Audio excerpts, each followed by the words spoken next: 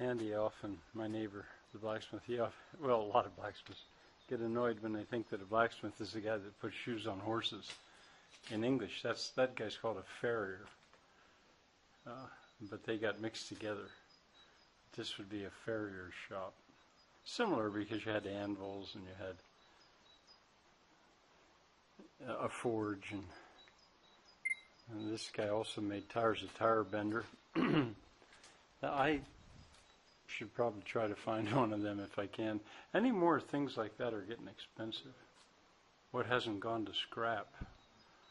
But it's sad how many of these old things just have gone to scrap. This was for raising up a cow or a horse if you were going to shoe it, so it would be still.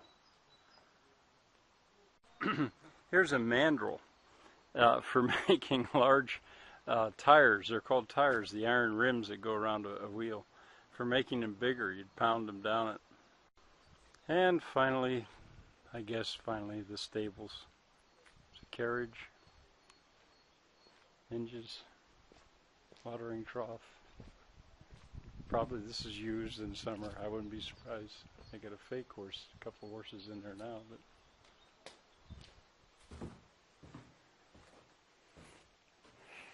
but someone slept here.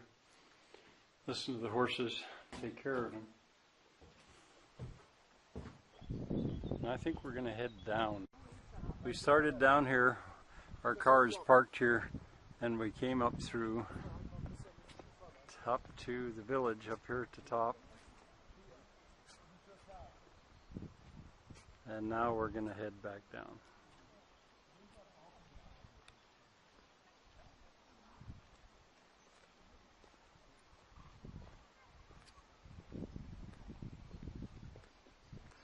All of this lays in a valley. Clearly there's a dam above. Oh, that's a stable. I thought it was a church.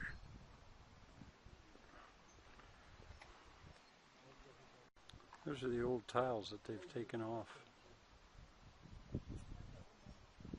Meant to hook over the wood, what do you call them, the purlins.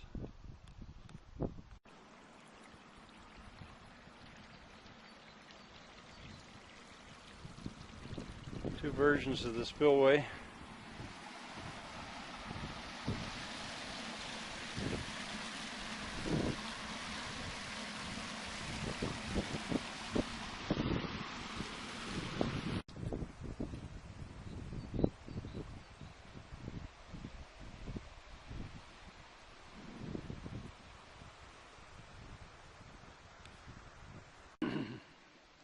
This certainly comes from a time that was rich in wood.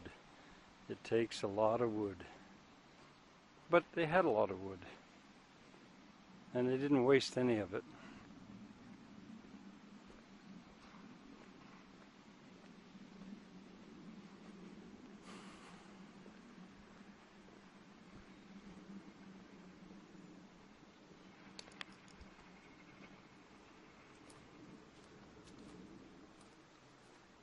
New work.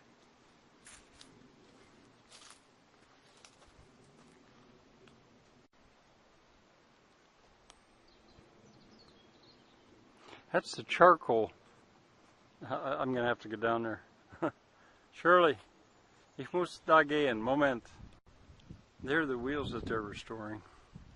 And those are cams to make hammers go. I don't know what for. I don't know if I have time really to look at that, but you know, to lift hammers. But I wanted to see this. I think we've got a cool black, yeah, Holzmacherei. I'm not so sure.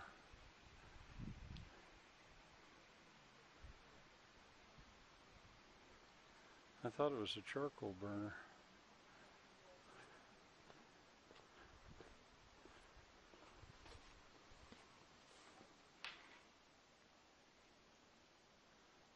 I don't know.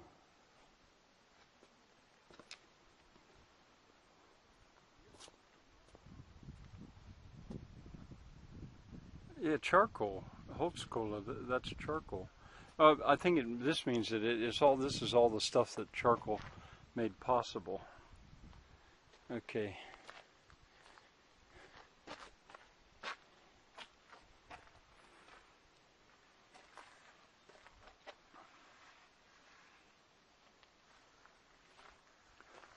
There's a charcoal burner's hut. I suspect that there's one of them on my farm.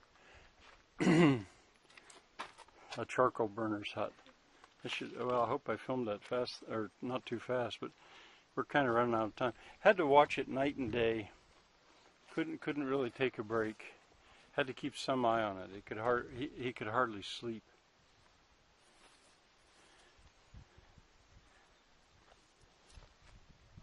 Okay, and here's his hut. Okay, so his hut was built like that, so that he could always watch the fire. And there's the fire. Opened up to show what the inside would be like.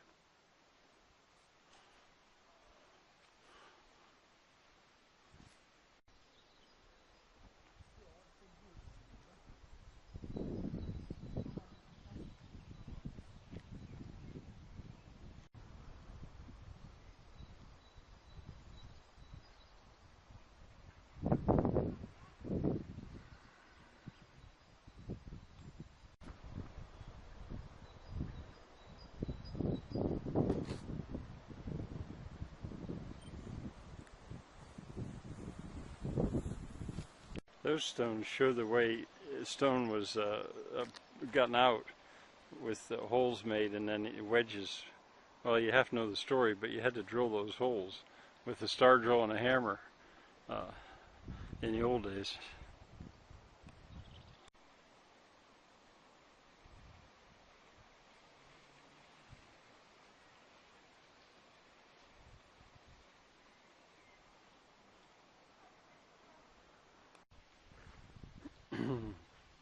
I think they're celebrating how long and straight this piece of timber is, or this tree is, I think, from what she said. But it all, Sagamute, sawmill. I have to take the time to translate it.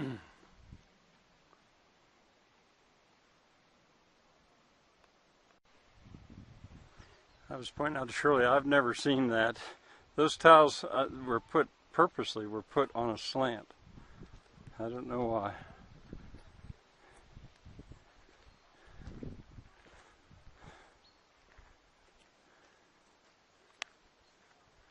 I'm pointing out the way the valley was tiled. We saw something like this Eric and I did in Switzerland, just for the fun of it. With a chainsaw, made a seat and a little table.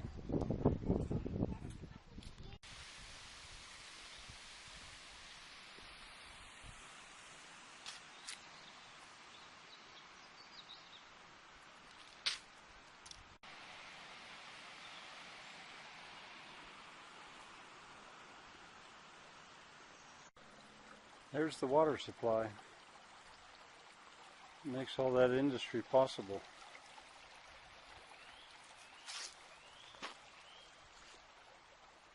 Of course, by now it would be so filthy by the time it got past the leather shops. And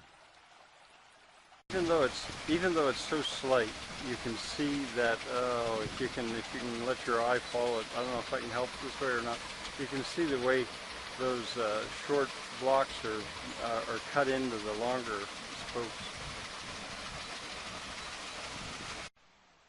We're leaving the museum and heading back into Hagen. Hagen is that's not Hagen. That's probably a pretty neighborhood of it, but Hagen is actually a city, a lot like other cities. No, nice, but it doesn't help that it was bombed to bits in World War II.